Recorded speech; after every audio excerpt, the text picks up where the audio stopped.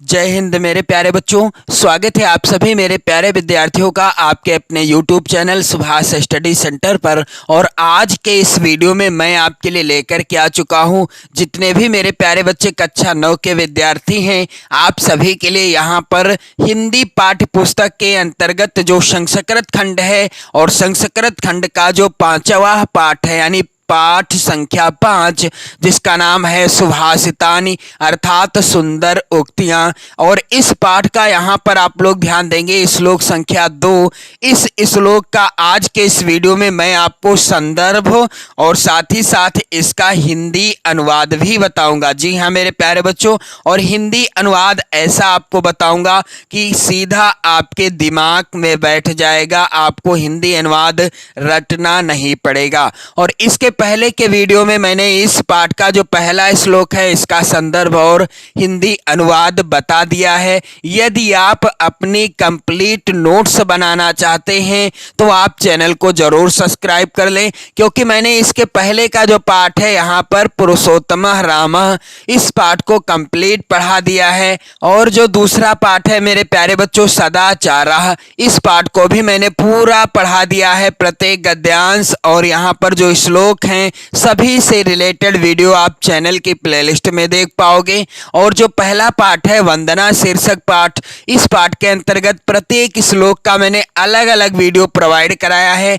तो यदि आप अपनी कंप्लीट नोट्स बनाना चाहते हैं संस्कृत खंड की या हिंदी काव्य खंड की, तो आप चैनल की प्लेलिस्ट में जाओ, आपको वहां पर क्रमशः वीडियो मिल जाएंगे, जहां से आप वीडियो के माध्यम से अपनी कंप्लीट नोट्स बना पाओगे। और हिंदी काव्य खंड के अंतर्गत जितने भी पद्यांश हैं उनकी मैंने सरल व्याख्या बताई है। और साथ ही मेरे प्यारे बच्चों संस्कृत खंड के सभी गद्यांश पद्यांशों का मैंने बिल्कुल आसान सा हिंदी अनुवाद बताया है, जो आपको आसानी से समझ में आ जाएगा। तो मेरे प्यारे बच्चों यहाँ पर जो दूसरा श्लोक है इसका संदर्भ और हिंदी अनुवाद क्या होगा, तो मैंने आपको कई वीडियो में बताया है कि जब भी हम किसी पद्यांश का या गद्यांश का संदर्भ लिखते हैं उसके शुरुआत के और अंतिम के शब्दों को लिख लिया जाता है। उदाहरण स्वरूप यहाँ पर आप लोग ध्यान देंगे, मैंने इस श्लोक के शुरुआत के शब्दों को लिखा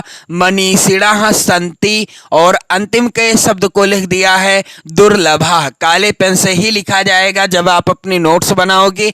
और इसके बाद हेडिंग डाली जाएगी संदर्भ, काले पेन से। संदर्भ क्या होगा, जैसा कि पहले वाले श्लोक में मैंने बताया था, सेम वैसा ही संदर्भ रहेगा।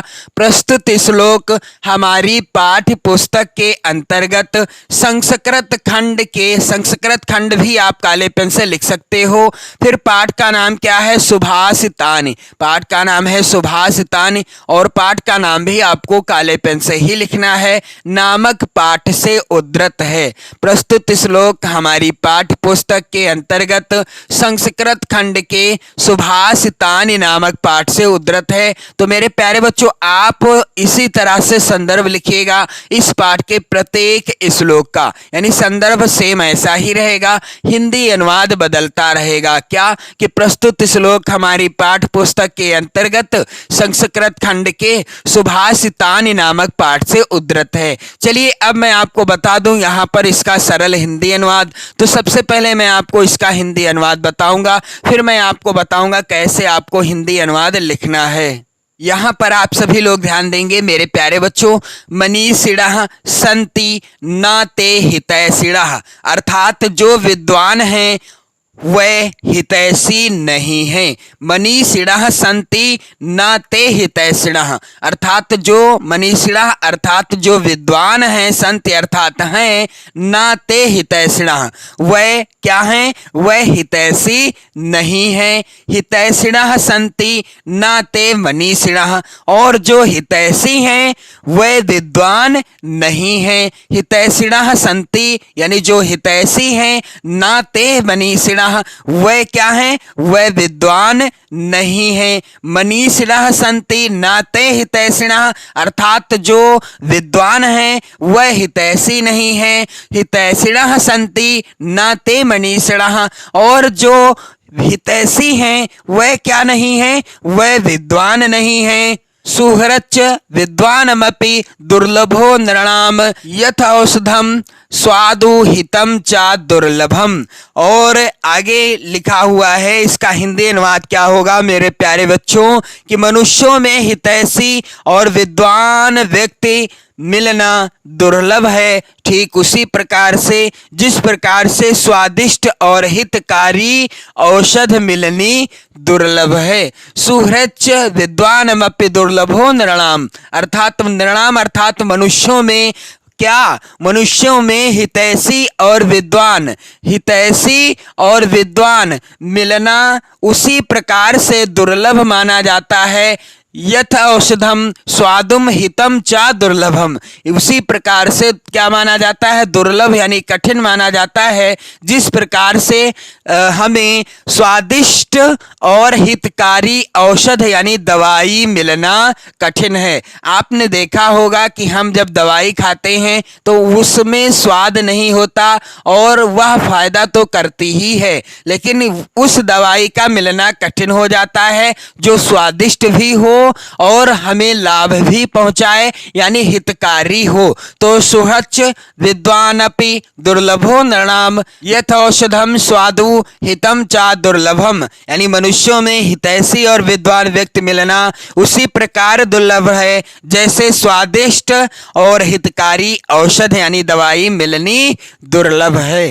अब मेरे प्यारे बच्चों, इसका हिंदी अनुवाद कैसे लिखा जाएगा, मनीषिणः संति न ते हितैषिणः। यहाँ पर आप लोग ध्यान देंगे, इस तरीके से आपको काले पेन से हेडिंग डाल देना है हिंदी अनुवाद, और क्या हो जाएगा हिंदी अनुवाद कि जो विद्वान हैं वह हितैषी नहीं हैं, जो विद्वान हैं वह क्या नहीं हैं, वह हितैषी नहीं हैं। मनीषिणः संति न ते हितैषिणः, अर्थात जो विद्वान हैं वह हितैषी नहीं है। आगे लिखा हुआ है मेरे प्यारे बच्चों, हितैषिणः संति न ते मनीषिणः, अर्थात जो क्या हैं, जो हितैषी हैं वह विद्वान नहीं हैं, जो विद्वान हैं वह हितैषी नहीं हैं, जो हितैषी हैं वह विद्वान नहीं हैं। आगे यहाँ पर आप लोग ध्यान देंगे, सुहृच विद्वानपि दुर्लभो नृणाम यथा औषधम स्वादु हितम च दुर्लभम, अर्थात यहाँ पर मनुष्यों में हितैषी और विद्वान व्यक्ति मिलना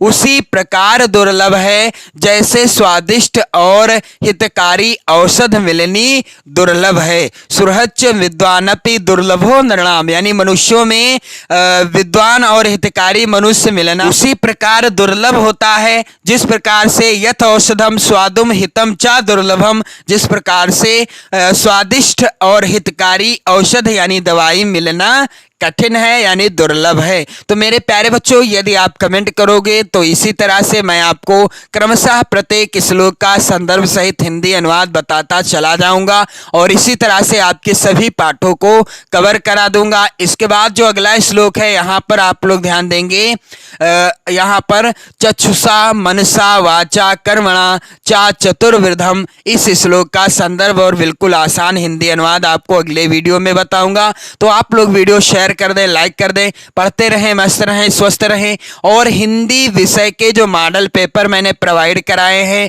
हिंदी विषय के, उन मॉडल पेपर को भी तैयार करते रहें।